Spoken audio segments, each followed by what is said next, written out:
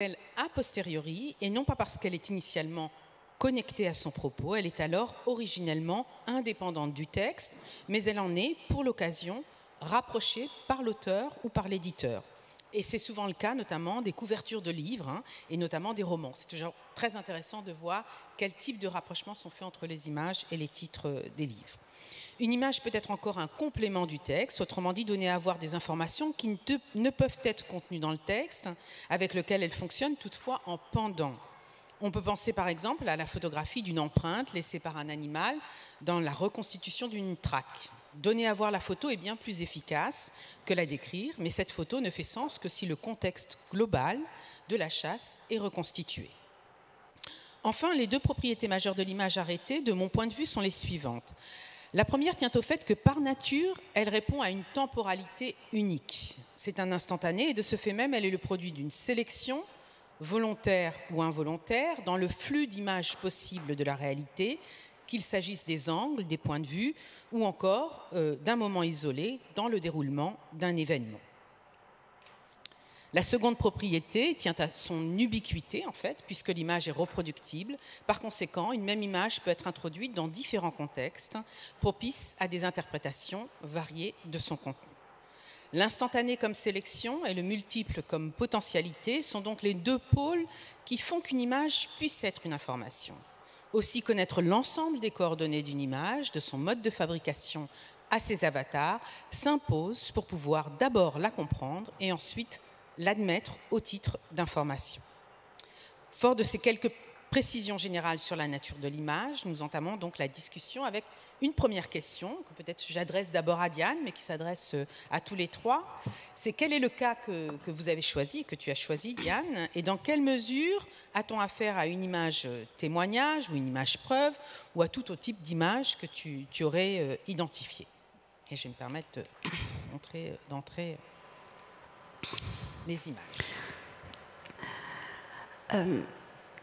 Donc moi, je ne suis pas une chercheuse, je suis une passeuse, puisque j'organise des expositions, des publications et des débats. Et j'invite des chercheurs ou des experts à travailler sur les questions que nous posent les images aujourd'hui. C'est ça mon rôle au BAL. C'est pour ça que j'ai créé le BAL il y a presque 20 ans avec Raymond Depardon. Et aujourd'hui, dans cette table ronde, j'ai un rôle un petit peu étrange parce que je vais vous parler de quelque chose qui n'est absolument pas mon métier, mais sur lequel j'ai presque enquêté pendant 3 ans, parce que j'ai fait une exposition au BAL en 2016, uniquement avec des experts forensiques. Donc vous savez que ce mot, forensique, qui vient du latin forum, veut dire la production d'un document ou d'une attestation ou d'un témoignage dans l'espace public, le forum, et ça a donné le mot forensique en français, et donc ça désigne aujourd'hui des experts, des criminologues qui vont utiliser l'image, évidemment, mais pas seulement, tout autre moyen pour établir des preuves en cas de crime à des fins judiciaires. Donc là, on est vraiment dans un cas qui n'est pas du tout le journalisme, qui n'est pas du tout la presse, qui n'est pas l'information. Est-ce que l'image peut être une preuve en cas de crime? Alors, j'ai travaillé, je vais peut-être vous montrer le sommaire du livre, ça c'est le résultat. Alors, je crois qu'on ne lit pas vraiment, mais c'est pas grave.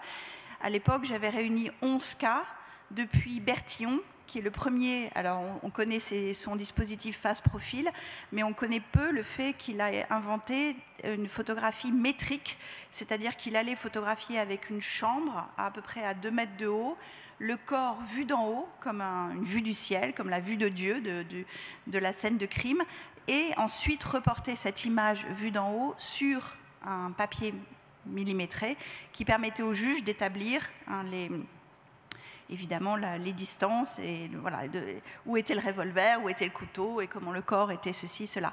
Donc ça a été un des premiers à concevoir que l'image devait être enchâssée dans un protocole pour devenir une preuve. Et je vais, dans cette exploration des 11 cas dans cette exposition et ce livre, j'allais jusqu'au Waziristan, donc une enquête de forensic architecture sur laquelle je vais revenir, et qui a enquêté sur une attaque de drone totalement illégale américaine dans cette région près du Pakistan, où ils avaient détruit la maison et tous ses occupants de suspects de terrorisme. Et donc Eyal Weizman, qui a créé Forensic Architecture, qui est donc cet organisme qui est une chaire du Goldsmiths College à Londres, et qui, à partir d'éléments très ténus, qui peuvent être du son, du texte, des témoignages, des images, ou des enregistrements satellites, ou la position d'un bateau de migrants qui s'arrime en mer. Voilà, il va monter, grâce aux techniques les plus pointues, des dossiers, des cas pour attaquer ceux qui ont commis ces forfaits devant la justice internationale, la CPI, etc. Et donc, vous voyez, on balayait pratiquement de Bertillon jusqu'à Forensic Architecture un grand siècle de progression des images, d'images à des fins forensiques. Donc, juste parce que je pourrais répondre à vos questions, mon intervention là va consister à vous raconter quelques cas, et évidemment pas tout, et c'est assez complexe, mais en réalité, je vais directement au but, puisqu'on n'a pas non plus beaucoup de temps, pour vous dire que la conclusion de toutes ces recherches et de toutes ces interventions d'experts, c'est que l'image n'est jamais une preuve seule. L'image seule, voilà, n'est pas une preuve. Elle doit être enchâssée, encadrée par un dispositif que certains appellent protocole, que certains appellent échantillonnage, que certains appellent couplage de témoignages avec l'image, etc., etc. Et donc, ça a été absolument fascinant, parce que moi, avant de créer le BAS, j'ai dirigé Magnum, donc je connaissais bien la difficulté pour les photographes d'aller sur le terrain et de saisir des images qui attestent des faits. C'était évidemment le rôle des photographes de Magnum. Et en enquêtant avec ces experts forensiques, j'ai compris que depuis l'origine, depuis l'invention de la photographie, c'est pour ça que je vous ai mis cette citation d'un juge du tribunal de New York en 1871, donc vous voyez en 1871, alors que on produit à ce procès des images pour attester d'un crime, voilà ce que répond le juge. Et donc il dit que pour s'assurer que cette image est bien une preuve dans ce cas, il faudrait remettre en cause, en tout cas investiguer la légitimité du document photographique et de toute la photographie dans son ensemble. Donc dès le départ, la photographie va être sujette à la fois à une double contrainte. Un, qu'a priori, elle est censée attester d'un fait, son pouvoir d'attestation, le procès verbal de la réalité, et à la fois qu'elle est immédiatement sujette au doute, et le doute qui peut à la fois comporter des éléments techniques, des éléments d'opinion, des éléments de point de vue, des éléments de cadre, hors cadre, etc., etc. Et puis, je vous ai mis cette citation de Sartre, parce que finalement, au terme de toutes ces recherches sur lesquelles je vais revenir avec vous, on comprend que l'image n'est pas une chose, c'est-à-dire n'est pas un objet comme ce verre dont je pourrais décrire la caractéristique de manière scientifique, objective, mais c'est un acte. Et donc, évidemment, il y a trois interlocuteurs qui vont faire de cette image un acte. C'est celui qui prend l'image, c'est évidemment celui qui la regarde, et là, dans le cadre d'une procédure judiciaire, ce sont les jurés et le juge. Et puis, il y a aussi, plus largement, le public, qui a toujours partie prenante dans l'opinion, dans la dimension d'établissement de preuves. Et donc, à chaque fois, dans tous les cas, on va expliquer, je vais revenir sur quelques-uns des cas, comment ces protocoles, ces dispositifs vont faire que, par ces experts forensiques, l'image va devenir une preuve, parce qu'au départ, elle ne l'est pas seule. Voilà, en gros. Merci Diane. Guillaume, si tu veux aussi présenter un peu les choses. Avec grand plaisir, en rebondissant tout d'abord, Diane, sur la citation que tu exposes ici, là, celle du juge du tribunal de New York, qui est assez frappante aujourd'hui, puisque 150 ans plus tard, c'est un peu tous ces doutes, toutes ces réévaluations, alors non pas à l'égard d'une scène de crime, mais de sa documentation de l'image photographique elle-même, qui a été remise au goût du jour avec la réattribution de la photographie de Nick Hutt, la jeune fille au napalm qui a fait grand bruit récemment et dont on s'est rendu compte qu'il n'était pas l'auteur ce dont il se revendiquait jusqu'à présent. On s'en est rendu compte justement en analysant l'angle, le cadrage, la technique employée, etc. Et toutes ces choses-là, c'est tous ces endroits, ces objets d'évaluation à propos d'une image, c'est un peu ce que j'ai fait subir à l'image sur laquelle moi je travaille, qui est une photographie de... Alors non pas pour remettre en cause son authenticité, qui en est l'auteur, etc., mais pour mieux comprendre l'événement dans lequel elle s'inscrit, à savoir les toutes premières étincelles de cette longue période de conflit qu'on va appeler de manière très euphémique les Troubles en Irlande du Nord, qui opposent les protestants loyalistes, unionistes, colons aux indépendantistes catholiques qui veulent la réunification avec la République d'Irlande, et qui est donc prise dans ce quartier qu'on appelle le Bogside, dans la ville de Derry, ou Londonderry. Alors Londonderry, c'est évidemment une appellation, une toponymie coloniale, qui rappelle la présence et l'autorité de la couronne britannique à Derry, cette ville d'Irlande du Nord. Et donc ce quartier-là, c'est un quartier qui est à la fois aussi un ghetto, une enclave catholique, avec des taux de chômage qui avoisinent les 80%, et une communauté de personnes qui sont considérées comme des sous-citoyens. Et donc cette photographie-là, elle fait partie d'un ensemble. Alors on va la voir.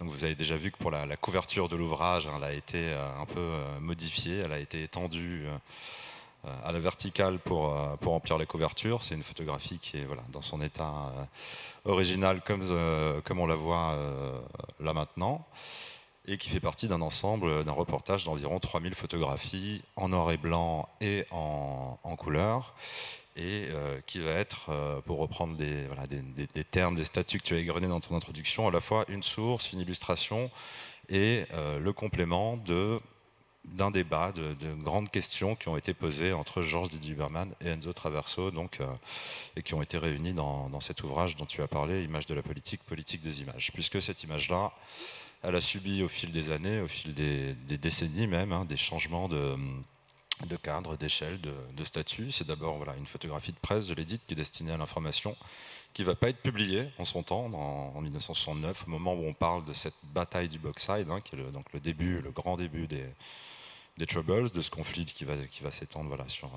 qui a encore lieu aujourd'hui, en fait, qui n'a jamais été vraiment clos.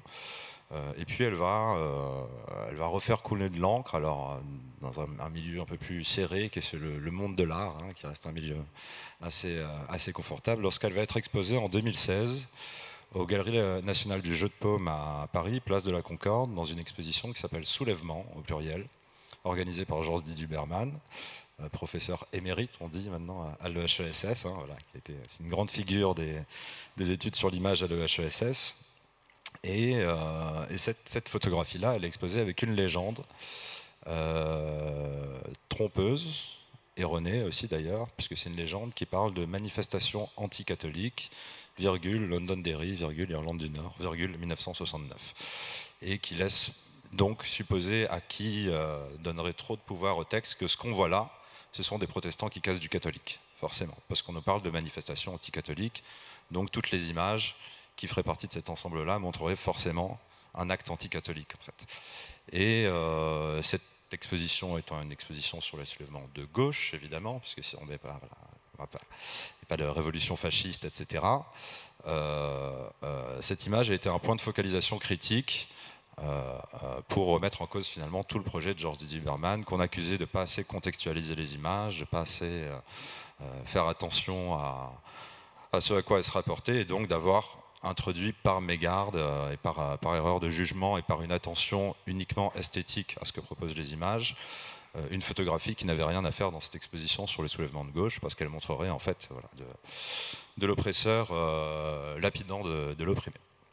Et c'est là qu'un débat s'est engagé, en fait, même 6 ans après l'exposition, en 2022, lorsque Enzo Traverso, grand historien des révolutions, des conflits occidentaux, de la pensée juive moderne, entre autres, a publié un gros livre, une belle somme appelée à faire date aux éditions La Découverte, qui s'appelle Révolution, une histoire culturelle, et dans lequel, dans l'introduction, c'est dès la page 18 ou 20, donc ça marque et ça arrive très tôt, Il dit justement, voilà, quand on s'intéresse seulement à l'aspect esthétique, visuel, formel, des traces visuelles, culturelles, artistiques qu'ont laissé les révolutions, on manque un peu son objet et ça nous conduit à faire des erreurs comme celle qu'a faite Georges Didier Berman à partir de cette image qui n'avait rien à faire dans une exposition sur le soulèvement de gauche. Et un débat s'est engagé, donc tu l'as dit, en ligne, hein, sous forme de lettres ouvertes, voilà, de droits de réponse. Qui a donné lieu, voilà, à un ensemble épistolaire dans lequel je suis intervenu, puisque pour ma part, en amont, j'avais fait 4 expositions sur l'auteur de cette photographie, Gilles Caron, avec mes collègues Clara Bouvresse et Isabella Signutin. Donc voilà, cette image, elle a un statut qui change, qui est un peu difficile à définir, qui va être redéfini justement en fonction des usages et de la période dans laquelle elle ressurgit. Mais s'il fallait prouver que ce sont bien des catholiques qui se défendent contre un cordon policier et pas des protestants qui sont en train de casser des catholiques qu'on verrait au fond dans cette zone un peu floue, il y a effectivement une autre image preuve qui vient corroborer ça, c'est la suivante, qui fait partie de cette séquence où on retrouve en fait ce jeune homme qu'on voyait à droite de dos sur la photo, et entre ces deux images, à toute une série d'images où on le voit se retourner, on voit son visage, on peut l'identifier, et qui, devant le photographe, expose son tatouage sur son avant-bras droit, qui porte le tatouage, le drapeau de la République d'Irlande, et pas l'Union Jack, qui est le drapeau des loyalistes, des unionistes, avec la couronne britannique. Donc je dis juste un mot, ce qui est tout à fait intéressant dans cette controverse dans laquelle tu es intervenu, c'est que précisément ce qui s'oppose, c'est quand même une vision plus formaliste et une vision plus contextualisante, et que tu as essayé d'aller au-delà même, d'aller chercher quand même dans les archives elles-mêmes pour restituer peut-être quelque chose d'un peu plus complexe, en jumelant les deux approches. Et c'est ce que fait aussi l'espace du bal toujours. Donc, et c'est ce à quoi on aspire, ou on devrait, je pense, aspirer d'une manière générale face à l'image. Mais on écoute tout de suite Fabien sur son propre cas. Merci beaucoup Anne.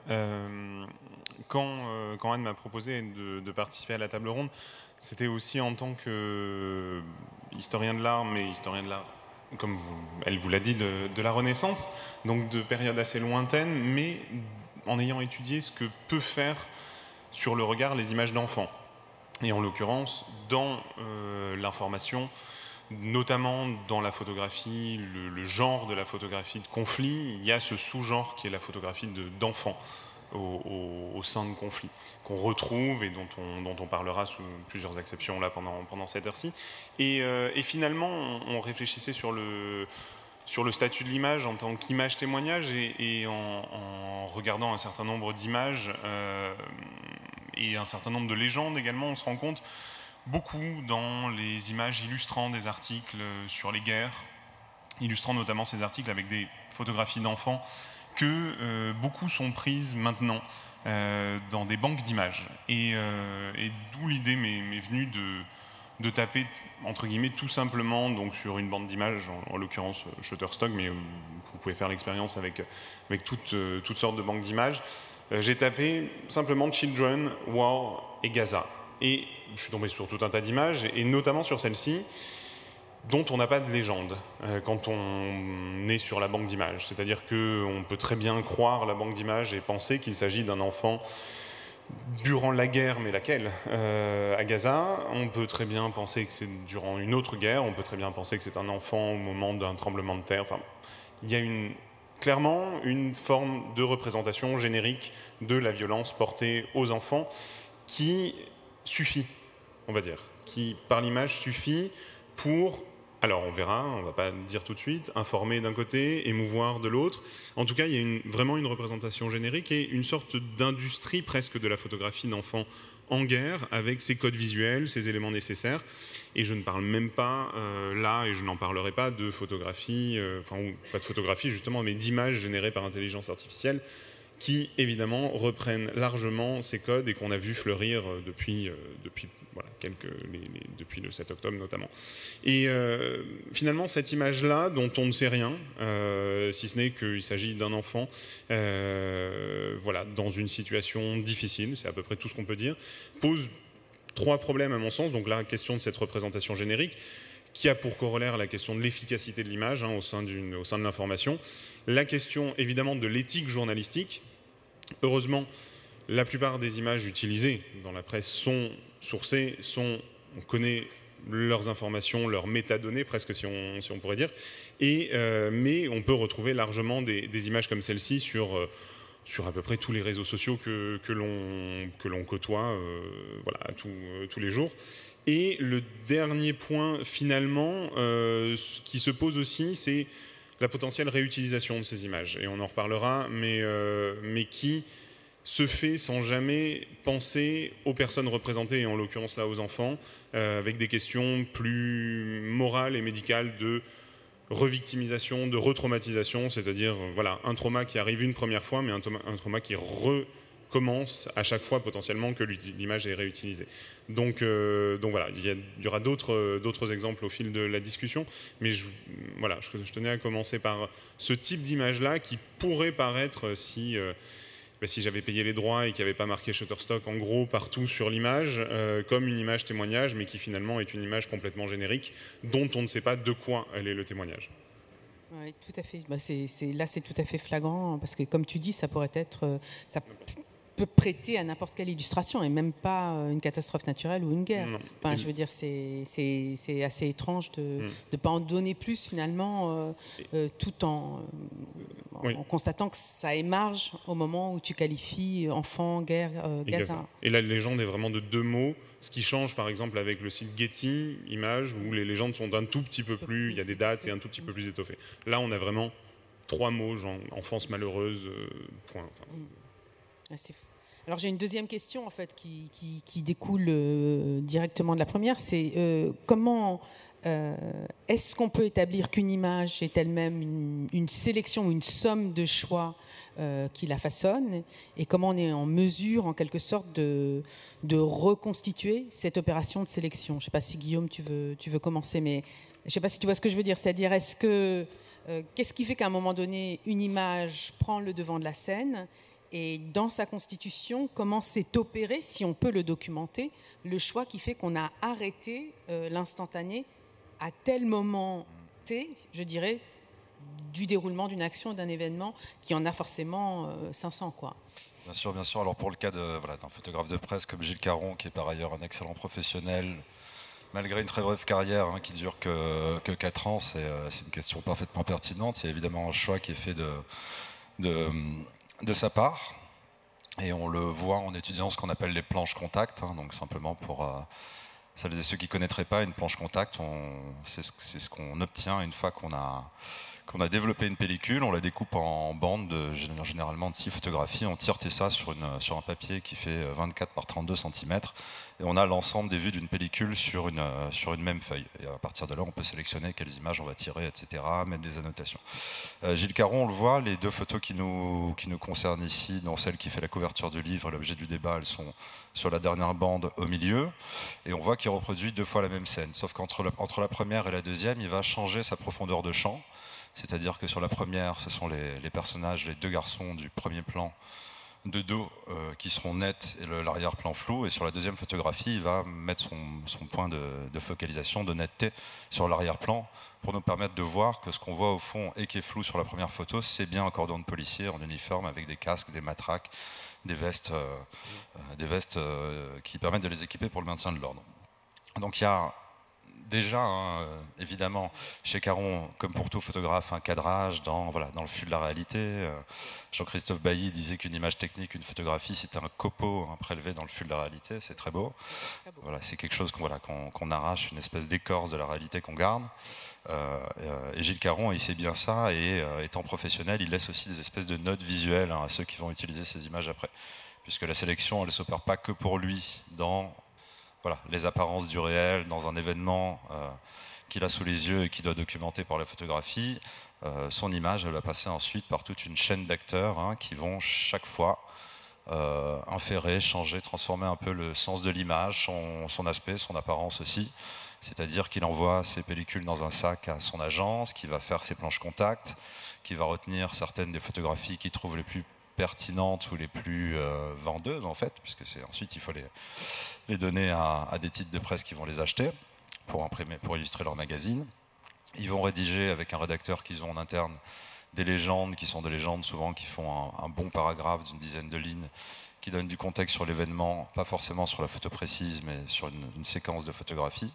Ensuite, ça part dans les bureaux de rédaction, où là, il va y avoir un travail avec un iconographe qui va sélectionner les images retenues pour une publication, avec le rédacteur qui va écrire l'article, avec un maquettiste qui va disposer tout ça sur la double page, avec un retoucheur qui va pouvoir, à la gouache, effacer des événements ou en marquer d'autres, parce que quand on passe à l'impression, voilà, la photographie, elle change d'aspect, donc il faut anticiper tout ça. Et donc cette photographie, elle va effectivement faire l'objet de toute une série de manipulations, de sélections, qui sont toujours une forme de sélection quelque part, et qui vont en changer le sens. Et dans notre cas, elle va aussi être encore ressortie, resélectionnée pour une exposition, dans un contexte plus large, qui n'est plus du tout celui de l'événement en 1969 en Irlande du Nord, qui va être quelque chose une réflexion beaucoup plus large sur les soulèvements et ce que les images ont à faire avec les soulèvements, et puis elle va ensuite encore être incluse dans ce débat et en couverture de livre. Que lui, il rédige une note d'exploitation de... Caron rédige rien du tout parce qu'il n'a pas le temps, que les pellicules, c'est des petits objets comme ça sur lesquels on peut quasiment rien écrire. Et à la limite, le soir, une fois les conflits calmés, quand il retourne à son QG, il peut prendre des notes. Mais c'est pas des conditions d'exploitation. C'est pas des conditions comme ça. Aujourd'hui, avec la photographie numérique, alors on peut envoyer les photographies en direct, on peut envoyer des notes par les moyens de communication habituels qu'on a. À l'époque, c'est quand même beaucoup plus compliqué. Là, en fait, Caron, quand il finit son reportage en Irlande du Nord, après Derry, il va à Belfast. De Belfast, il prend un avion qui fait une escale à Paris, mais il descend pas, il va directement à Prague, où il va y avoir l'anniversaire du printemps de Prague. Et donc, son sac de pellicule, il le donne à une hôtesse de l'air sur le vol Belfast-Paris, en appelant quelqu'un de son agence qui va venir à l'aéroport à Paris récupérer avec l'hôtesse de l'air le sac de pellicule. Et tout ça est en vrac. Et sur les planches contact, parfois, on trouve des bandes d'une pellicule avec des bandes d'une autre pellicule, en fait, parce que tout va très vite, donc il y a une espèce de désordre comme ça, et on perd en précision, en fait, dans ce qui a été documenté. D'accord. Donc le contexte de travail lui-même ne permet pas tellement le contrôle ou je dirais l'argentique avec sa temporalité, pas tellement. D'accord. Alors, je ne sais pas si, Fabien, toi, dans ton cas, ça peut se dérouler autrement. Alors, il y a déjà une première question de choix. Tu parlais de choix dans ta question, et finalement, on sait que dans les photographies de conflit, le premier ayant été à qui a été conféré une forme de visibilité, c'est la guerre de Crimée. Donc, on est au milieu du 19e siècle. Et en fait, déjà, sur le choix de prendre en photo des enfants dans un conflit, il faut attendre à peu près la fin des années 1930 pour avoir les premières photos. L'une des premières est la photographie d'un bébé hurlant sur un quai de gare en Chine, à Shanghai, après un bombardement japonais. On a une photographie de Robert Capa pendant la guerre civile espagnole, et on a une photographie de Cecil Beaton montrant une petite fille en Angleterre pendant le Blitz, photographie très connue avec une petite fille avec des bandages. Donc c'est un peu les premières photos. Donc déjà, le fait de choisir comme sujet de la photographie un enfant n'a pas été immédiat dans les photographies de conflit. Donc il y a déjà un premier choix qui s'opère là. Évidemment, après, le choix de telle ou telle photographie, c'est pour illustrer un article, soit pour illustrer un article, soit pour agir comme preuve, ce qui n'est évidemment pas la même chose, se fait, ou alors soit encore une fois pour uniquement provoquer l'émotion du lecteur ou du regardeur. C'est à nouveau un choix, donc c'est un deuxième second degré d'écart par rapport à la réalité.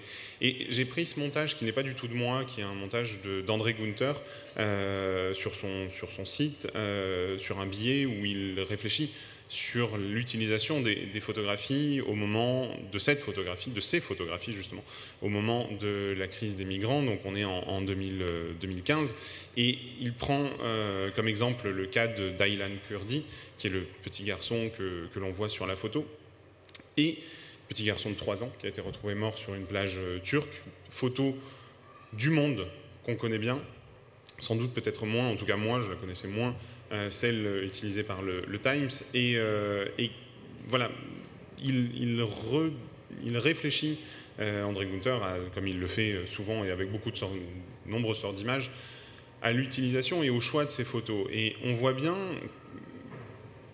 que l'objectif n'est pas tout à fait le même entre un titre et l'autre.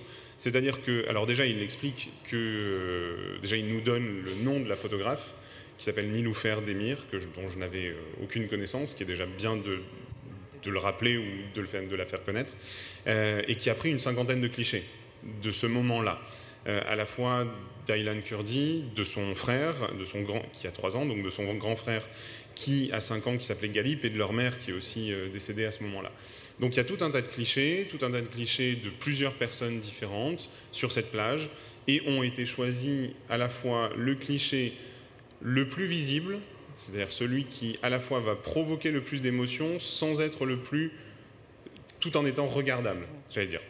Et on voit finalement, et le choix là se voit sous nos yeux, que du côté anglais en tout cas, et effectivement dans une grande majorité de journaux britanniques, la photo n'est pas la même, n'a pas été choisie, c'est pas le même cliché dans la série qui a été choisi, c'est une photo, je sais pas comment on pourrait dire, moins pire, enfin bref, une photo plus regardable encore que celle qui a été choisie par Le Monde, donc avec une réflexion qui n'a pas fondamentalement été publique de la part des journaux en question sur qu'est-ce qu'on veut faire porter sur la photo. Est-ce qu'on est là sur une question d'émotion pure, sur une question d'information, et on le verra un petit peu plus tard, mais sur la question du rapport au texte, autour, dans ces photographies, se joue quelque chose qui finalement n'a pas grand-chose à voir avec la photo, aussi.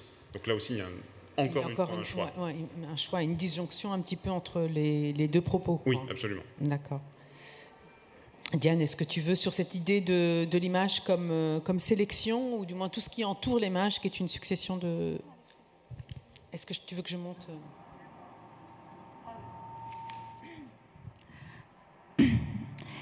Dans le cadre de cette recherche que j'avais faite sur les experts forensiques, il y a un cas que je voulais vous montrer qui m'a beaucoup étonnée à l'époque,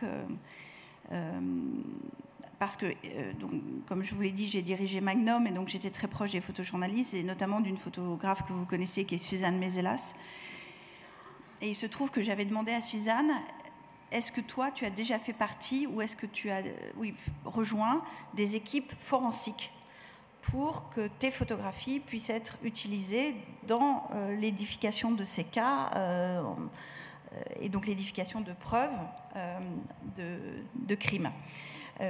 Et elle me dit, oui, il y a un cas très connu, c'est le cas de Khorem, où, alors je replace le contexte, vous savez que Saddam Hussein, à la fin de la guerre de l'Irak-Iran, a mené une campagne qui s'appelle l'Anfal contre les villages kurdes du nord de l'Irak.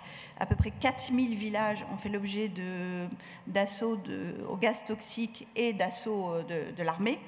Ils voulaient profiter du chaos de la guerre pour éliminer des villages kurdes et leur parfois présence au sein du mouvement kurde d'indépendance. Et donc, il va détruire ces villages. Et 2 organisations humanitaires, Human Rights Watch et Physicists for Human Rights, vont aller à Khorem en 92, donc 4 ans après les faits. Khorem, c'est un des 4000 villages. Au total, c'est 180 000 personnes qui auraient été tuées par Saddam Hussein à ce moment-là. Oui, on parle de chiffres relativement considérables.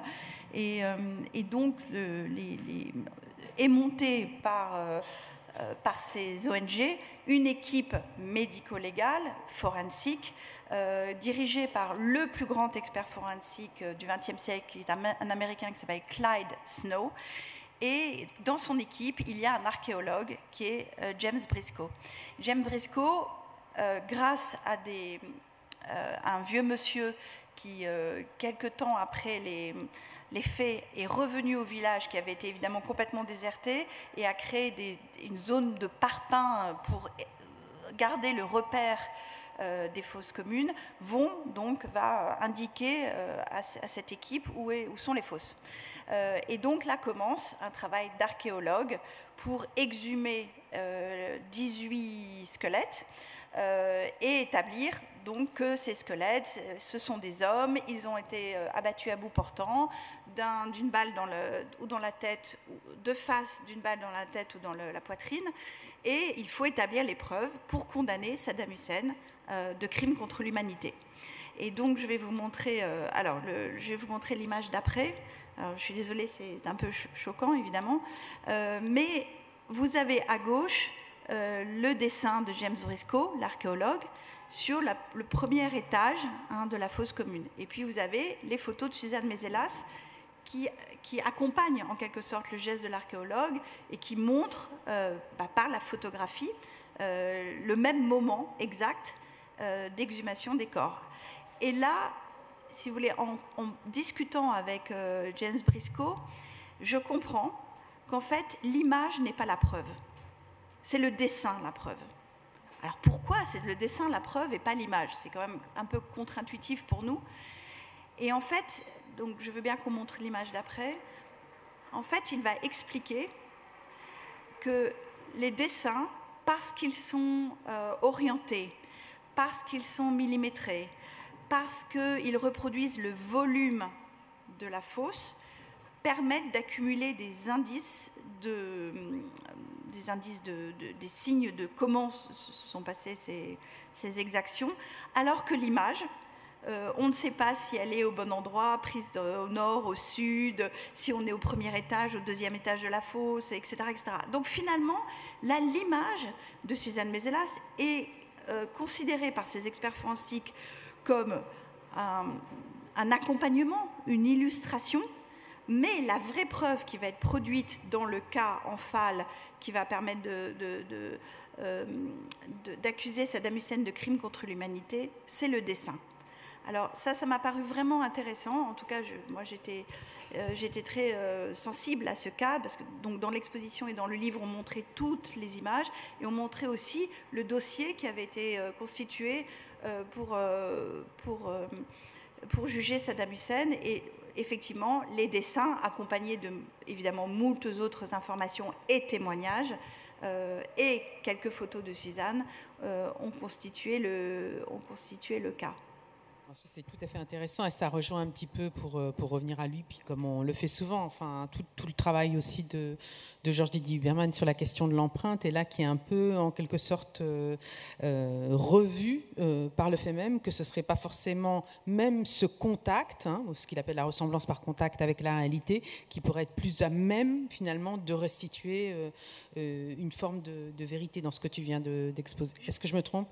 Non, c'est ça. Je vais ajouter quelque chose parce que en fait, on tourne toujours dans ces questions autour des mêmes notions. Et il y a une citation que vous connaissez de Bertolt Brecht, qui est absolument fondamentale, parce que c'est quelque chose qu'il faut toujours avoir à l'esprit quand on parle d'images et des preuves, etc. Il va dire une photo, alors là il parle de photos d'une usine en Allemagne, une photo des usines Krupp ne révèle pratiquement rien de ces entreprises. Elle impose qu'à partir d'elle, soit construit de façon active quelque chose d'artificiel, quelque chose de fabriqué. Et c'est là, vous voyez, cette notion qui m'a passionnée, c'est que alors qu'on attribue à l'image cette instantanéité du fait et de sa preuve, en réalité, c'est toute une construction autour de l'image qui va permettre, et là, en l'occurrence, ce sont plutôt les dessins, qui vont permettre d'établir la vérité des faits reproduits par l'image. Et ce décalage, en fait, il est consubstantiel à l'image. C'est-à-dire que l'image ne peut que saisir l'apparence, mais elle ne peut pas saisir le pourquoi, le comment, à quel moment les choses sont... Voilà. Pour arriver à cet étage-là, je ne me souviens plus j'arrive pas à lire, mais à quel étage on est de la fosse commune, mais il faut avoir compris déjà toute la démarche des soldats de Saddam Hussein, et aussi comment se sont passés ces crimes. Donc l'image n'est... Alors, copo, c'est une très belle expression, mais voilà qu'un signe de quelque chose. Ça n'est pas la chose elle-même. Et la chose elle-même, c'est l'acte. Et comment rétablit-on l'acte? On le rétablit par une pensée et une construction autour de l'image. Merci beaucoup, Diane. Peut-être justement, quand même, j'aurais bien voulu t'entendre, Fabien, sur ce que tu disais sur le rapport entre le texte et l'image. Si tu veux que je remette peut-être l'image en question, parce que c'est vrai que là, si on comprend qu'il n'y a d'image ou d'acte d'image, pour citer aussi Horst Bredekamp, que dans la mesure où il y a un faisceau d'éléments qui communiquent entre eux, là, ce que tu avais l'air de dire entre le rapport et le texte et l'image amène à revoir, si j'ai bien compris, ce qu'on a sous les yeux et qui est déjà difficilement supportable, au moins dans la version du Monde. Mais c'est qu'en l'occurrence, ça ne communique pas beaucoup, justement. Il y a vraiment une question, une réflexion à faire entre le discursif et l'intuitif. Et vraiment, dans ces images entre guillemets, choquantes, spectaculaires, je ne sais pas comment on pourrait les qualifier, en tout cas qui visent à l'émotion et qui fonctionnent finalement rarement, ou en tout cas assez peu, avec le texte qui les entoure. Là, en l'occurrence, elles sont finalement assez puissantes, avec tous les guillemets qu'il faut, pour fonctionner d'elles-mêmes. Et c'est ce que Thomas Hirschhorn, dans un texte qui date de 2012, dont le titre est « Pourquoi est-il important ?» aujourd'hui, et aujourd'hui c'était en 2012, de montrer et regarder des images de corps humains détruits, c'est le titre du texte,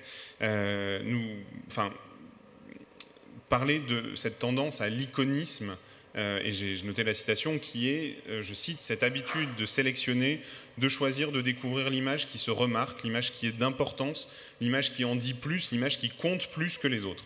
Et André Günther, lorsqu'il fait ce rapprochement des deux couvertures, nous dit bien, et l'expression est parfaite, ce sont à chaque fois l'une et l'autre l'image qui vaut 1000 mots.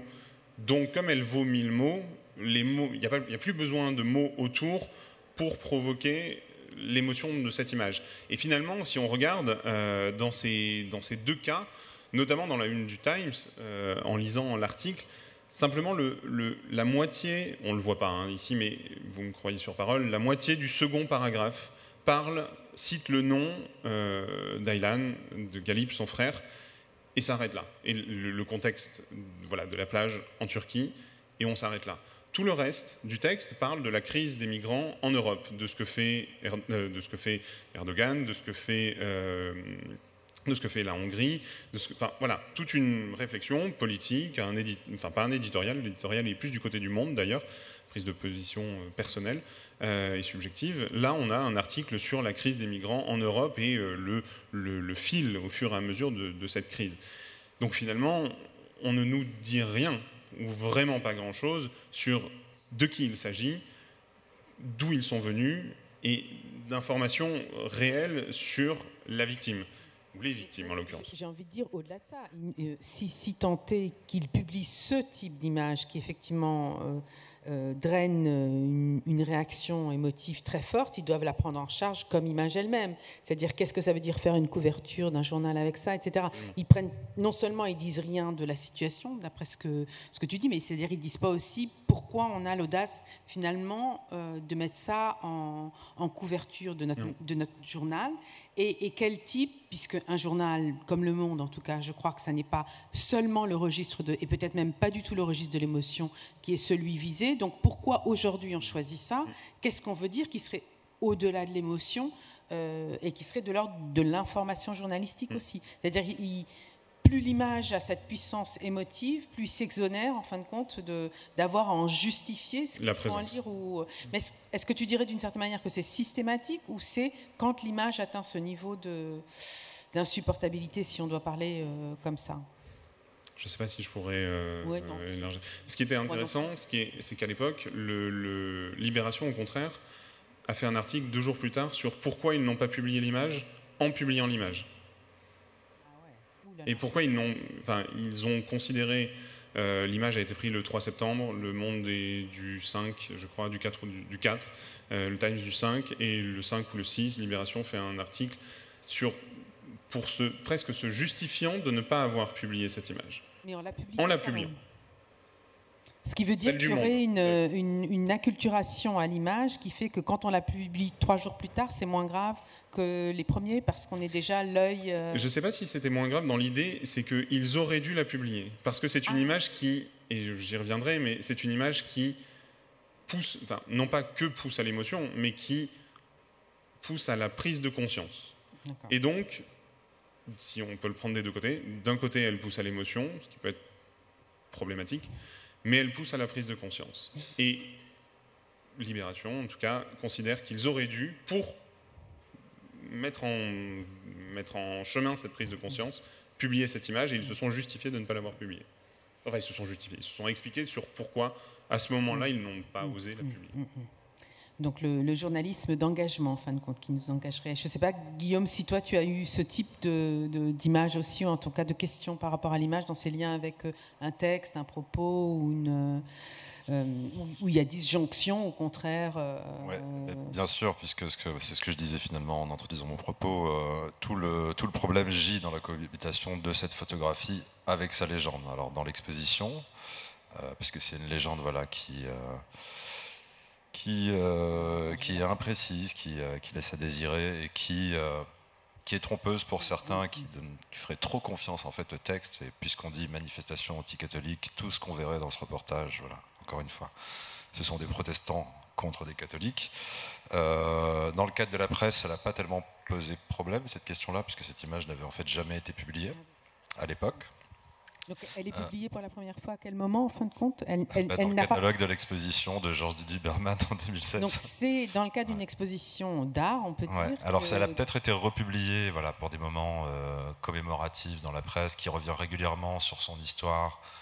Enfin, en tout cas, le photojournalisme revient régulièrement sur l'histoire, et ça a été le cas par exemple avec Mai 68, où Gilles Caron a encore été beaucoup en cause, puisque la photographie qu'on connaît très bien de Daniel Cohn-Bendit, qui sourit de façon un peu arrogante et narquoise à un policier devant un CRS, disait-on, devant la Sorbonne. La photo qui a été republiée à partir de 77-78 et toutes les décennies suivantes, c'est une photo de Gilles Caron qui n'avait pas été publiée en 68. Il y a eu 3 autres photographes présents en ce moment-là, dont les photographies ont été publiées en couverture de Paris Match, de l'Express, etc. Et celle de Gilles Caron, elle était passée sous les radars. Elle est ressortie 10 ans plus tard, en fait. Est-ce qu'il y a quelque chose à penser de ça? C'est-à-dire une photo d'actualité qui ne connaît pas de vie dans son actualité même, et qui après est quand même choisie 10 ans, 15 ans, 20 ans, 30 ans plus tard comme étant l'indice même de ce temps qui est passé. Comment s'expliquer ça? C'est très important pour comprendre comment le photojournalisme, la presse illustrée en général, s'invente sa propre histoire culturelle. Voilà, on a parlé d'iconisme, de cette tendance à l'icône. Pour moi, c'est déjà un terme en fait qui doit être inscrit dans une histoire, puisque la presse fait d'abord des images, ensuite leur vie ultérieure, leur perception sociale, la façon dont elle reste inscrite dans la mémoire visuelle collective permet de déterminer que ce sont des icônes. Et puis, forte de ce constat-là, la presse sait qu'en choisissant telle image, elle a ce potentiel de devenir une icône plus tard. Une image n'est jamais une icône au départ. En revanche, ce dont je me suis rendu compte en travaillant sur ce dossier-là, sur Gilles Caron, en interrogeant des photographes de presse, dans les rédactions de presse, on parlait apparemment de fragonard. C'est-à-dire, voilà, c'est une image, on ne parle pas d'icône, puisque une icône, c'est une image de dévotion, hein, c'est pas forcément une image qui est belle, c'est une image de dévotion, une image à laquelle on voue une sorte de culte, etc. Et dans les rédactions de presse, on parlait apparemment de fragonard pour dire que voilà, une image était très belle, avec des très bons équilibres de lumière, etc. Elle ouvrait tout un imaginaire bien au-delà de la réalité de l'événement. Toujours est-il que pour cette question de la légende et de l'image, et je vais essayer d'accélérer un peu parce que je vois qu'on a déjà pris beaucoup de temps dans nos réponses, Susan Sontag, donc voilà, très grande figure de la pensée américaine, qui a notamment écrit quelques textes, 5 je crois, sur la photographie, très, très célèbre, disait que toute photographie attend d'être justifiée ou falsifiée par sa légende. Donc ce qu'elle dit en substance, finalement, c'est que c'est toujours le texte qui vient vérifier l'authenticité de la photographie ou pas. Et ça pose problème, hein. Alors évidemment, c'est une question qu'elle ne soulève pas par la suite, mais le problème, ce que ça pose, c'est effectivement qu'est-ce qui se passe entre le texte et l'image, qui a le pouvoir sur l'autre. Et moi, je pense qu'il faut travailler toujours justement dans ces endroits où la cohabitation des deux, la cohabitation du texte et de l'image pose problème. Il y a une espèce de voie, de chemin vers la vérité qui se tisse entre les deux, mais il y a des endroits où il est un peu émaillé, où il est faible, et c'est dans ces endroits-là qu'il faut travailler, il faut les repérer, il faut comprendre où le texte peut amener une vérité que l'image n'amène pas, et vice-versa. Et j'avais un exemple d'ailleurs, c'est un peu plus loin, c'est le policier en flammes Ah, il a peut-être sauté ? Non, il est là, voilà, c'est ça. Donc cette image-là qui est prise dans ce même contexte, hein, de ces journées d'août 69 en Irlande du Nord à Derry, elle est publiée dans le principal titre de la presse illustrée en France dans ces années, Paris Match, que tout le monde connaît, et qui avait pour devise le poids des mots, le choc des photos. Donc d'un côté, on laisse tout ce qui est passion, esthétique, choc, sensationnalisme aux images, et les mots sont censés, dans ce magma d'émotions, d'affect, etc., ramener un peu de raison, un peu de vérité, de structure, etc., dans le récit d'un événement. Or, cette photographie-là, elle est publiée avec une légende qui dit à la tombée de la nuit, un policier en flammes éclaire le champ de bataille. Donc ça ne nous apprend strictement rien ni de la photographie, parce qu'on voit bien que le policier est en flammes, on sait que le feu, ça fait de la lumière, et que dans la nuit, voilà, ça peut éclairer.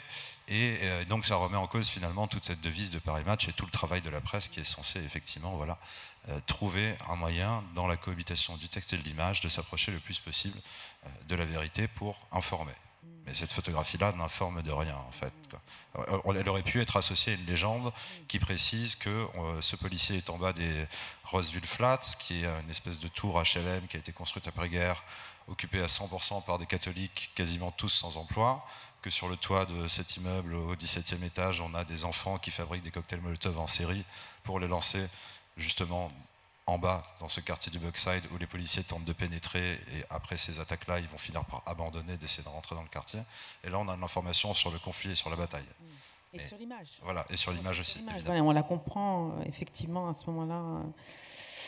Bon, merci beaucoup. Je ne sais pas, alors peut-être pour effectivement avancer un petit peu dans notre réflexion, et en fait c'est complètement relié, peut-être Diane, si tu acceptes de nous dire un petit peu dans quelle mesure, bon, on a bien compris notamment avec Gilles Caron que c'était un petit peu le cadet de ses soucis finalement, comment les images étaient réemployées, faute de temps probablement, c'est-à-dire dans le flux de ses activités, quand tu expliquais qu'il est déjà dans un autre avion au moment où il envoie la pellicule du conflit précédent. Mais est-ce qu'il y a de la part des auteurs quand même des possibilités je dirais, de contrôler ou de cadrer au moins la perception et les usages, les exploitations qu'ils vont faire de leurs images? C'est-à-dire, est-ce que certains d'entre eux y tiennent ou pas? Et dans ce cas-là, quels sont les moyens qui existent à la disposition des auteurs et peut-être aussi des rédacteurs, des éditeurs, pour qu'une image ne puisse pas être retournée, justement, comme le disait Suzanne Sontag, sur son contenu par une légende abusive ou falsificatrice ou par toutes sortes de supports ou de contextualisations qui ne sont pas forcément respectueuses, en tout cas, du sens original. Est-ce que ça fait sens? Non, mais là, c'est plutôt l'ancienne directrice de Magnum qui parle. Il faut comprendre que les photographes à l'époque, donc moi j'arrive à Magnum en 88, donc à la veille de la chute du mur de Berlin, de Tiananmen et de la révolution en Roumanie, les photographes photographient en analogique, en pellicule. Et donc ils font des photographies, ils envoient... comme cela a été dit, leur pellicule par un passager, parce qu'ils ne rentrent pas avec leurs photos, et avec les pellicules, ils joignent des légendes. Donc pellicule 1, de la vue 1 à 5, manifestation tatati tatata, le jour de machin, il se passe ça, et ils écrivent ça dans l'urgence, comme ils peuvent, parce que l'urgence, c'est évidemment que les images partent. À l'autre bout, il y a un rédacteur en chef d'une agence, en l'occurrence celle que je connaissais, c'est Magnum, et donc le rédacteur en chef reçoit ces images, les fait développer, il a le storyboard en quelque sorte écrit du photojournaliste qui a donné le maximum d'informations qu'il a pu collecter au moment où il a fait parvenir ses pellicules. Et donc là, effectivement, le travail du rédacteur en chef, c'est de sélectionner les images sans le photographe, d'attribuer la bonne légende à la bonne photographie, de faire un choix, de les faire tirer, parce que vous vous souvenez qu'à l'époque, on faisait des tirages, donc de les faire tirer, et de les diffuser, j'allais dire physiquement. Donc on faisait par exemple du petit bonhomme devant les chars à Tiananmen, on faisait 20 jeux parce que ça devait partir en Allemagne, en Italie, etc. Donc vous voyez la physicalité de la chose, et tout ça fait que 3 jours après arrive dans les rédactions de la presse cette image, par exemple. Donc là arrive un autre moment qui est que, bien que les photos aient été diffusées, tamponnées avec une légende au dos qui dit, ben voilà, petit bonhomme devant la char, place Tiananmen, tel jour, etc., etc., l'image, là, sort complètement, à ce moment-là, du contrôle du photographe. Elle devient un élément d'actualité dans les mains d'une rédaction, que ce soit un site web, que ce soit un journal, que ce soit la télévision, que ce soit peu importe. Et là, intervient un autre rédacteur en chef qui va dire « oui, je diffuse cette image-là après celle-là, ou au moment où tu vas dire ça, ou avec cet article-là ». Et là, il n'y a plus de contrôle ni de Magnum, ni du photographe. Le nombre de fois où les images de Magnum, de Depardon, de Natchway ou de Gilles Pérez ou de Suzanne Mézelas ont été mal contextualisées, évidemment, c'est infini. Parce qu'il n'y a pas de contrôle sur le moment. On n'appelle pas le photographe quand on est Nouvelle Obs ou quand on est CNN. Et donc, si vous voulez, c'est une chaîne, l'information. Et je rajouterai un troisième élément, c'est qu'après, quand on regarde ces images, celui qui la regarde, lui-même, en quelque sorte, lui donne un sens qui n'est pas forcément celui qui est inscrit ni par le photographe dans sa légende, ni dans l'article ou les mots de celui qui accompagne la publication. Donc vous voyez, en fait, c'est comme un Rubik's Cube, c'est complexe. Pour que l'information soit préservée dans la vérité telle que le photographe l'a conçue, il faut que toute une chaîne, en fait, soit en place. Or, on sait très bien qu'aujourd'hui, une image de Gaza, vous la voyez sur Al Jazeera, elle veut dire quelque chose. Vous la voyez sur Fox News, c'est la même image, et peut-être même avec la même légende, elle veut dire autre chose. Donc, et celui qui la regarde, avec son opinion, son background, son historicité, son je ne sais pas quoi, ses arguments, va aussi l'interpréter de manière différente. Donc, c'est bien tout ça qui est complexe, et c'est bien tout ça qui est en jeu dans l'image comme information et l'image comme preuve. Alors là, je voulais vous montrer autre chose, mais peut-être on n'a pas le temps. Je laisse Anne. Alors oui, effectivement, comme il nous reste peut-être 5 minutes, je saute un petit peu à une dernière question pour vous entendre tous les trois, et peut-être, Fabien, si tu acceptes d'y répondre pour commencer. À la fin, quand on s'intéresse finalement à la place de l'image dans l'information en général et au fait de savoir si c'est une information et à quel coût, parce que ce qu'on comprend bien, c'est que toutes ces coordonnées de l'image que vous venez de détailler façonnent l'image elle-même, et on n'est pas entré encore justement sur ce dont on parlait tout à l'heure, c'est-à-dire l'image numérique, où elle est en plus retravaillée, il y a des avatars qui s'émancipent en quelque sorte d'une matrice initiale. On ne rentre même pas là-dedans, et déjà on a le sentiment que l'image est toujours refaçonnée par ces coordonnées de mise en visibilité. Mais néanmoins, la question que j'avais peut-être pour finir pour chacun et chacune d'entre vous, c'est comprendre ce qu'il y aurait, est-ce qu'il est possible de dégager plutôt une dimension visuelle de l'information qui serait spécifique donc, et qui serait d'un ressort que l'on ne trouverait pas dans la formation journalistique,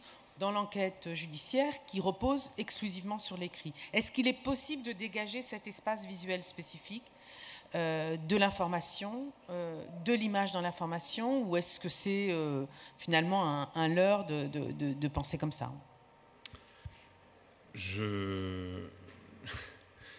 Surtout de mon côté, de mes sujets, sur la question des images représentant des enfants, je vais remettre ma casquette d'historien de l'art de l'époque moderne, parce qu'il y avait une citation d'une historienne de l'art qui s'appelle Marcia Poynton, qui travaillait sur le XVIIIe siècle et qui a eu une citation qui, moi, m'intéresse toujours, puisqu'elle disait et elle parlait de peinture, hein, là, vraiment, elle disait « Les enfants sont envisagés comme des sujets simples.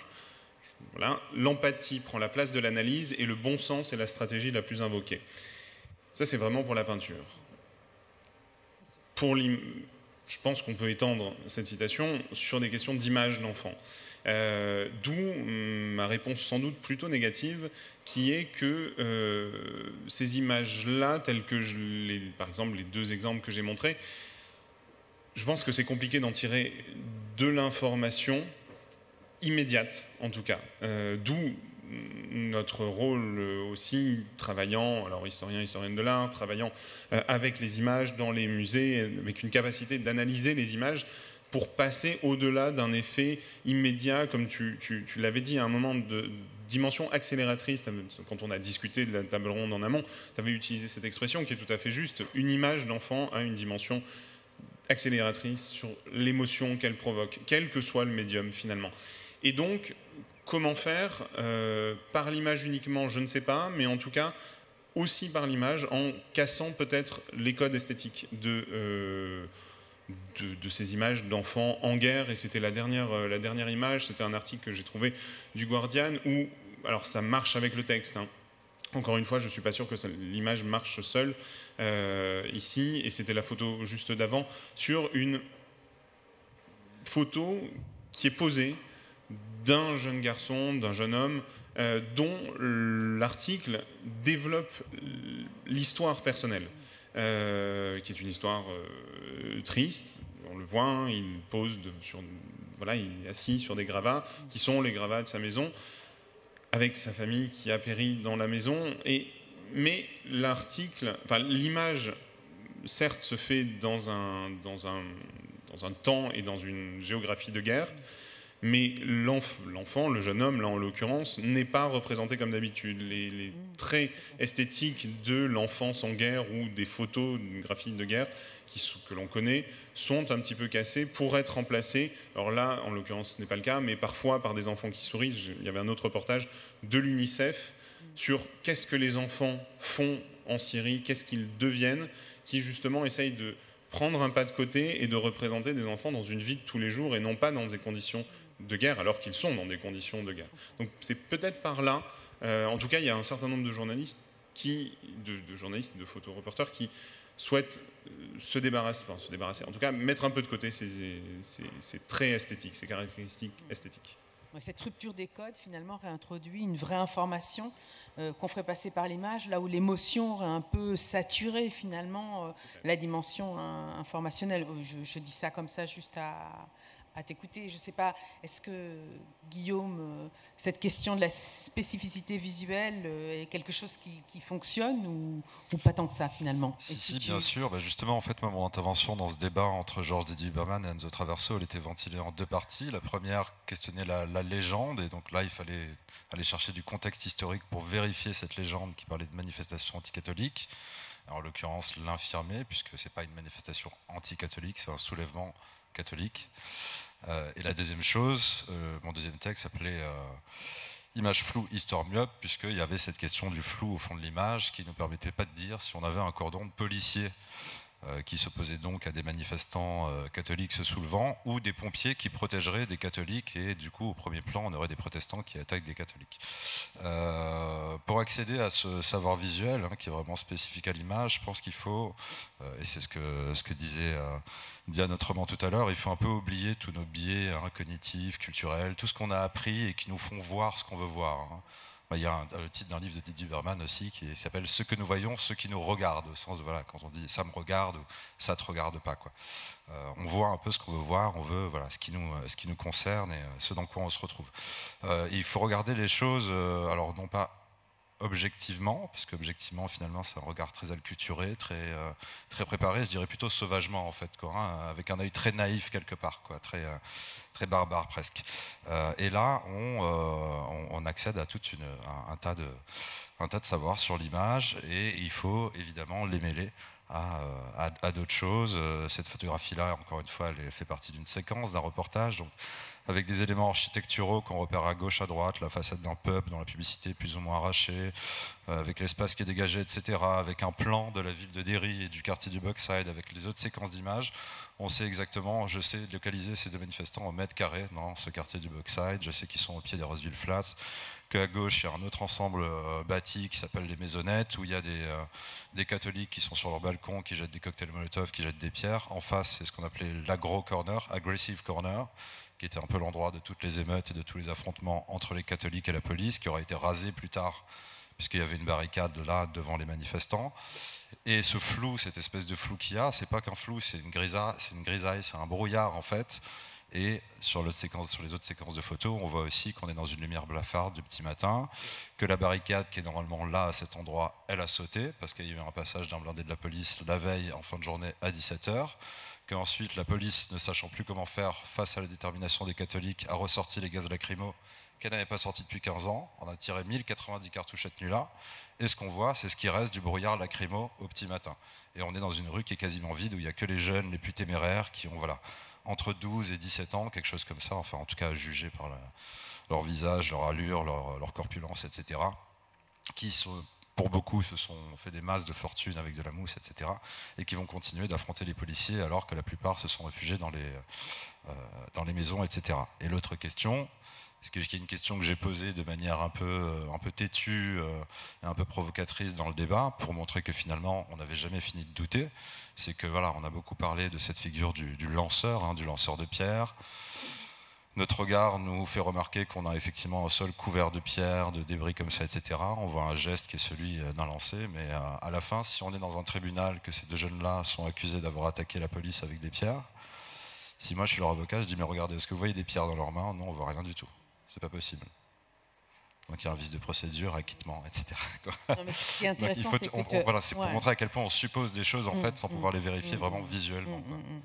Mais ce qui est très très clair, c'est que même cette magnifique analyse très rapide que tu viens faire, où les choses s'éclairent à t'écouter, c'est que, y compris dans le processus de regard, je dirais, nos yeux sont dessillés par l'information contextuelle que tu nous donnes au fur et à mesure. Donc c'est à double, les deux ne peuvent pas être extérieurs, juste là dans cette expérience à t'écouter, les deux ne peuvent pas être extérieurs l'un à l'autre, et c'est ça qui est la profondeur de l'image elle-même, provient de tout ce que tu es capable de mobiliser alentour, qui éclaire finalement les motifs et la forme aussi, l'une après l'autre. Donc c'est assez... C'est idiot de dire ça, mais pour moi, c'est assez rassurant. Je ne sais pas si, Diane, tu veux intervenir une dernière fois avant qu'on puisse laisser les gens dans la salle vous poser des questions. Moi, toujours je vais aller très vite. Je voudrais qu'on se mette sur Suzanne Choupli. Tu sais, alors, écoute. je ne sais plus où est-ce que... Non, pas... C'est plus pas avant. Encore... Non, c'est un cas plus avant. C'est le cold case, ça s'appelle cold case. Ça, je voulais vous montrer. Ouf. Alors moi, je voulais dire... C'est ça? Non, ça vient plus tôt. Ça, je peux aussi en parler, mais c'est plus tôt. C'est plus tôt. Bon. Moi, je voulais vous dire 3 choses très rapidement. La première, c'est qu'au BAL, comme nous étions très sensibles à cette question de la lecture des images, on a créé une fabrique du regard. Et on apprend aux jeunes qui ont entre 6 ans, donc les petits, et 20 ans, à lire des images. Donc l'exercice qui vient d'être fait devant vous, voilà, cette image, le hors-champ, le contexte, la focale, etc. Qui parle, qui a pris l'image, pour dire quoi, à qui, etc. Ce sont aujourd'hui des réflexes qu'on essaie de... comme lire un texte, comme lire... d'essayer d'apprendre aux jeunes, et notamment aux jeunes, dans notre cas, les jeunes qu'on dit éloignés, donc les quartiers politiques de la ville, dans l'idée que ces jeunes, d'une manière ou d'une autre, peuvent être amenés à subir l'image, alors ou bien la subir parce qu'ils sont stigmatisés, ou bien la subir parce qu'ils seraient manipulés dans leur jugement par les images, et donc on essaye de déminer ça. Donc si ça vous intéresse, et si vous voulez... que je discute avec vous plus avant de comment nous faisons pour apprendre aux jeunes à lire des images. Je veux bien revenir là-dessus avec certains d'entre vous après. La deuxième chose que je voulais dire, c'est qu'il y a, dans cette idée de l'image preuve, il y a quelqu'un que vous devez connaître si vous vous intéressez à ce sujet. On en a déjà parlé, c'est Eyal Weizman, qui est donc un architecte israélien, qui a donc créé cette chaire de forensic architecture à Londres, au Goldsmiths College, et qui depuis 2014 se saisit donc de cas d'atteinte aux droits de l'homme, et quand il n'y a pas d'image ou vraiment des documents très ténus, essaye par des moyens technologiques de reconstitution 3D, de faire recouper des témoignages avec des simulations d'architecture dans le cas de bâtiments détruits, etc., va essayer de reconstituer ces cas dans l'idée d'accuser un pays, une armée, un criminel devant des juridictions d'atteinte aux droits de l'homme. Je vous invite vraiment, si vous vous intéressez au sujet, à aller voir le site de Forensic Architecture au Goldsmiths College. Vous tapez Forensic Architecture et vous avez tous les cas et comment ces cas ont été montés et ont été, comme le dirait Brecht, artificiellement constitués comme preuve. Et c'est ça, en fait, le paradoxe de l'image, c'est qu'alors qu'on pense que son attribut mécanique lui donne automatiquement le faire-valoir de preuve, c'est l'inverse. C'est l'artificialité de ce qui va être construit autour qui va attester qu'elle est une preuve. Et donc là, je voulais vous montrer un des cas qui avait été fait avec Forensic Architecture, qui m'avait beaucoup frappé. On va aller très vite. C'est une des chercheuses de Forensic Architecture qui a travaillé à partir d'images de vidéosurveillance de l'unité des migratoires américaines et qui a donc monté tout un petit film. Donc ça, vous voyez les unités de l'US Immigration and Customs Enforcement. Et puis on va montrer l'autre image, celle d'après. Voilà, et elle va montrer comment les migrants qui sont attrapés à la frontière mexicano-américaine pourraient être punis, ça c'est le mot de l'administration américaine, et pour les empêcher de récidiver, entre le moment où ils sont attrapés et le moment où ils vont être jugés et raccompagnés, on va les enfermer dans des icebox, donc c'est des sortes d'entrepôts avec des températures qui peuvent aller jusqu'à -20, -30, -40, des vieillards, des enfants, des femmes, etc. Et donc on leur distribue une espèce de couverture de survie et on les laisse là 24 heures, 48 heures, etc. Donc ce sont les images récupérées des CCTV de l'administration américaine qui vont se retourner, et vous voyez que c'est très intéressant parce qu'on a parlé des images de photojournalistes, on a parlé des images de forensic experts, mais là on parle d'un autre type d'image, de perpétrateurs en quelque sorte, qui vont se retourner pour montrer, pour attester de pratiques vraiment condamnables, et après d'essayer de monter des cas d'atteinte aux droits de l'homme. Donc ce qui est intéressant, c'est que l'image, dans tout ce qu'on a dit, elle est plastique. Je pense que s'il faut retenir quelque chose, c'est ça, c'est qu'elle est plastique dans son motif, elle est plastique dans sa fabrication, elle est plastique parce qu'elle dépend des circonstances, de celui qui la regarde, de celui qui la publie, des textes qui l'accompagnent. Et donc notre but, nous, en tant que citoyens qui regardons des images, c'est bien d'opérer une sorte d'analyse, comme on le ferait d'un texte, pour essayer de mettre au jour ce qui appartient à l'image et à la prise de vue, ce qui appartient au sujet lui-même et ce qui appartient à celui qui la diffuse, pourquoi, comment. Donc il y a une sorte d'éducation et qui en ce moment évidemment est vitale pour que ces images acquièrent un statut qu'elles n'ont pas à l'origine. Un grand merci Diane aussi pour ce plaidoyer aussi sur l'étude fine et la dimension réversible et plastique, comme tu le dis, de l'image. Je propose tout de suite, puisqu'il nous reste une dizaine de minutes, de laisser les gens intervenir, peut-être une ou deux questions pour commencer, et puis on tentera de vous répondre, et on peut aussi discuter un petit peu après pour faire place à Arnaud Bertina et Antoine Leliti après nous. Alors, moi, plutôt qu'une question, ça va être plusieurs remarques, mais qui peuvent générer des réponses. En fait, dans tout ce qui a été dit depuis tout à l'heure, il y a la question du point de vue, en fait, qui est tout le temps là. Et souvent, on pense point de vue, pensée, opinion, et on oublie souvent point de vue, point d'où on voit, littéralement. Et donc, ça a été rappelé, justement, que c'est vraiment important. Pour pouvoir analyser une image. Mais je voulais préciser plusieurs choses. Moi, je fais des piges depuis une trentaine d'années. Quasiment jamais, pour un article que j'ai rendu, on m'a, quand il y avait des illustrations, on m'a proposé de choisir l'image. Donc souvent, l'image, elle est mise sans que le rédacteur de l'article ait un point de vue là-dessus.